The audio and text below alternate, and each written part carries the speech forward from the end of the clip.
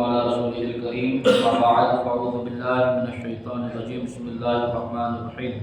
إن الله وملائكته يصلون على النبي يا أيها الذين آمنوا صلوا عليه وسلموا تسليما اللهم صل على سيدنا مولانا محمد وعلى آل سيدنا مولانا محمد وبارك وسلم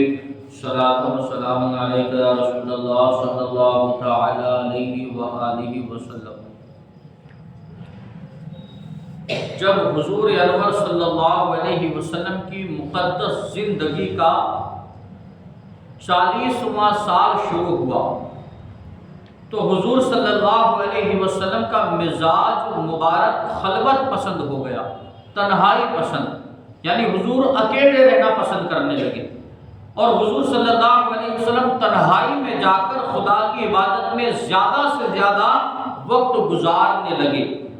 تفکر و تدبر بڑھ گیا، نیز حضور صلی اللہ علیہ وسلم کو اچھے اچھے خواب نظر آنے لگے، اور آپ کا ہر خواب اتنا سچا ہوتا کہ خواب میں جو کچھ دیکھتے اس کی تعبیر صبح صادق کی طرح روشن ہو کر ظاہر ہو جایا کرتی تھی۔ مکہ مکرمہ سے تقریباً 3 میل کی دوری پر جبل ہیرا نامی پہاڑ کے اوپر ایک غار ہے جسے غار ہیرا کہتے ہیں۔ حضور صلی اللہ علیہ وسلم اکثر کئی دنوں کا کھانا پانی ساتھ لے کر اس غار کے پرسکون ماحول کے اندر خدا کی عبادت میں مصروف رہا کرتے تھے۔ جب کھانا پانی ختم ہو جاتا تو کبھی خود حضور گھر پر آ کر لے جاتے، اور کبھی حضرت خدیجہ رضی اللہ تعالیٰ عنہا کھانا پانی غار میں پہنچا دیا کرتی تھی۔ اسی غار میں حضور صلی اللہ علیہ وسلم پر پہلی وحی نازل ہوئی۔ آج بھی یہ نورانی غار اپنی اصلی حالت میں موجود اور زیارت گاہ خلائق ہے۔ 40 سال کی عمر میں ہی حضور صلی اللہ علیہ وسلم نے اعلان نبوت فرمایا، پھر 3 سال تک پوشیدہ طور پر تبلیغ اسلام کا فریضہ سر انجام دیتے رہے۔ خواتین میں سب سے پہلے آپ کی زوجہ حضرت خدیجہ الکبریٰ رضی اللہ تعالی عنہا، مردوں میں سب سے پہلے حضرت ابو بکر صدیق رضی اللہ تعالی عنہ، اور بچوں میں سب سے پہلے حضرت علی شیر خدا کرم اللہ تعالی وجہہ الکریم اسلام لائے۔ پھر حضرت عثمان غنی، حضرت زبیر بن عوام، حضرت عبد الرحمن بن عوف، حضرت سعد بن ابی وقاص، حضرت طلحہ بن عبید اللہ رضی اللہ تعالی عنہم بھی دامن اسلام میں آ گئے۔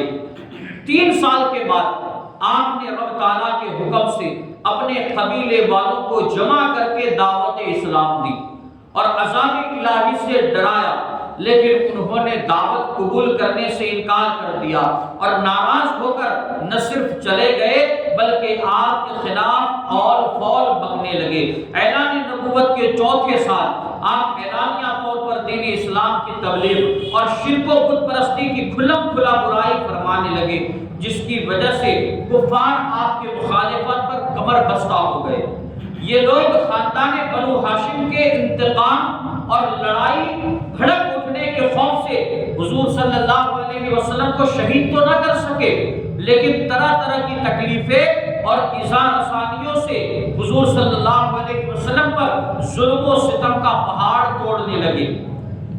چنانچہ سب سے پہلے تو حضور صلی اللہ علیہ وسلم کو کاہن، جادوگر، شاعر، مجنون ہونے کا پروپیگنڈا کرنے لگے، اور حضور صلی اللہ علیہ وسلم کے پیچھے